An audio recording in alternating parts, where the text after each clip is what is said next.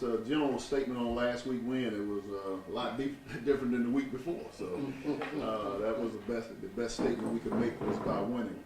The young men, I felt, played hard. We knew going to Texas Southern for their homecoming was going to be a difficult fight. We got there, it was about 100 plus, high humidity. It was extremely hot. And we knew that the game would come down to those that made plays and the conditioning of your team. And I think I know we were in better conditioning than they were once we looked over and saw a couple coaches on the knee. I knew the players couldn't be in too much better shape. So we ended up with some success, and we want to make it contagious and let it continue on until Magic City. You're good? Yes, sir. How good was it to see the team respond in a situation they've been in so many times before and come up short, see them come back from deficit? Well, we fell behind by 13 points, and at that point, it was make or break. It was either they're going to go on the tank or they're going to come out fighting, and they kept fighting, and that was good to see them not give up. And we had an opportunity to get a score going into the half. To put the morale and put a little energy back in the cells, which was good because we did something that we hadn't done, scoring right before the half and then the third quarter to go up.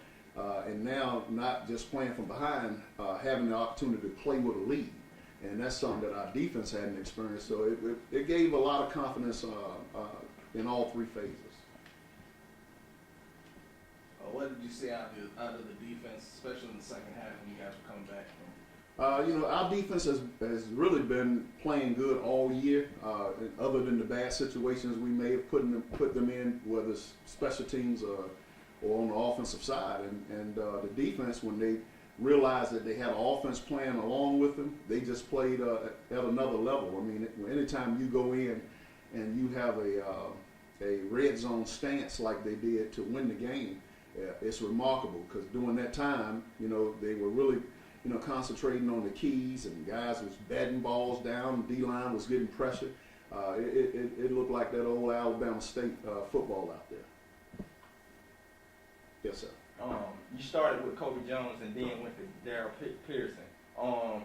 Were you just looking and see what both of those quarterbacks had to offer, or did you decide to just go with him because Kobe didn't have it in the first half? Well, Kobe was still like 7 for 9 or something like that, but it wasn't moving the team. The thing about it, when you start going 3 and outs and you get a drive, you stall, you have to do something to get the momentum back. When Kobe gave up the safety, it was a situation where, we got pressure from the perimeter, but step up, make a play. Don't hurt your team by taking a sack or like he did in the end zone. So we wanted to change it up because at some point, now if you keep doing the same thing and they keep getting the same result, that offensive line now don't block as long because, hey, man, here we go again. So by putting DJ in, you had a guy that could see a little bit over the line, a little taller guy, a little stronger arm,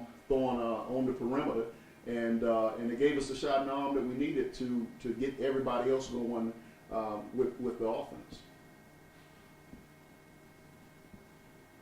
Yes, sir. You head into the bye week, coming off the big momentum-building win, but then you've got Magic City right after that bye week. How big is it now to have that momentum from week number 1? But also, how do you want your players to respond to it? Because do you let them ride this high off the big momentum win and then let that last for a few days before you shift focus to Bama A&M, or do you try to kind of say, kind of contain that emotion from that first win? Well, after going 5 weeks without winning, you want them to enjoy it a little bit. You want them to really get the taste of it, so we've allowed that.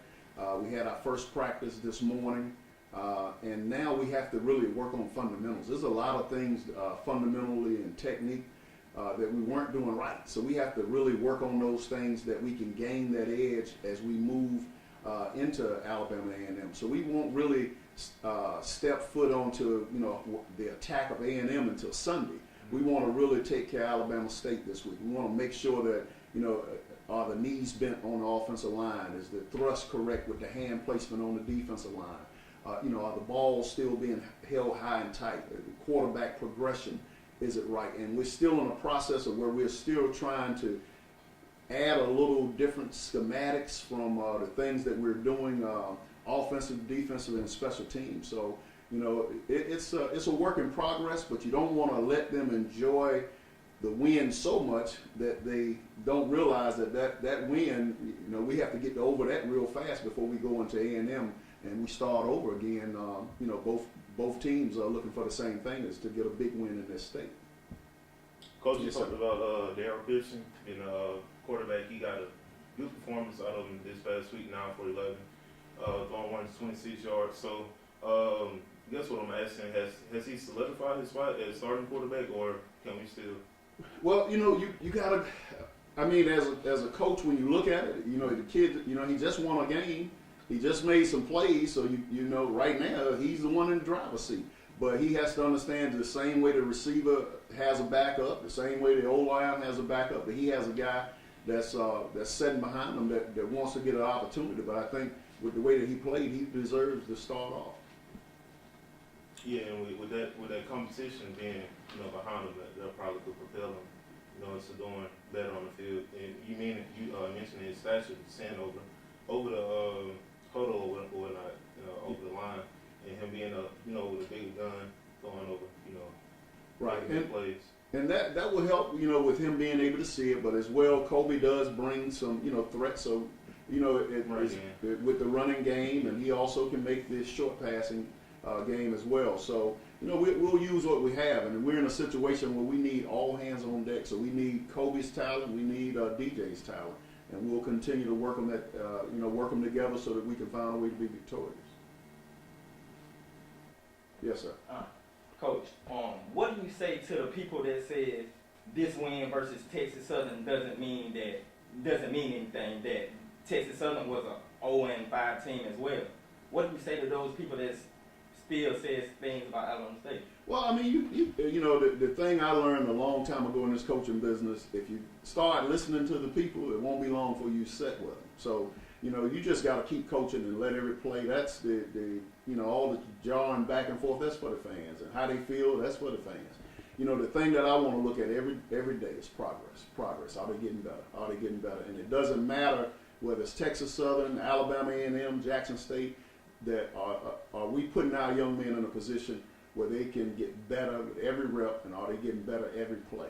And from what I see every day in practice since I've been at the helm, and since these guys have been stepping up to the plate, is that they're working to get better. So for those people that say, well, just against an 0 for team and somebody had to win, hey, great. Now we'll go against A&M and see what they say after that one, see what they say after the next one. So we're fine. I think I asked you last week about going on the road for really the first time this season, traveling outside the state. How good was it to get out and I think, as you said last week, kind of get away from all the talk and everything that was surrounding here in Montgomery to finally get away? Did you notice them playing a little bit easier, being away and just finally being on the road? Well, and like I said last week, it's bad when you can't play at home, so that's the bad part. But to be able to get them away and get them isolated and get them away from, the conversations that's going and the barbershop talks and all those different things, it always helps when you can get your young men in a position where they can be isolated and focused. That's a good thing. But we have to be able to play in both, because we have to be able to come home and play. And as I told them before, the same discipline that you have on the road, we have to have that discipline when we come home. We have to, have that tunnel vision of being able to focus on the task at hand and have some victories here at home. Good.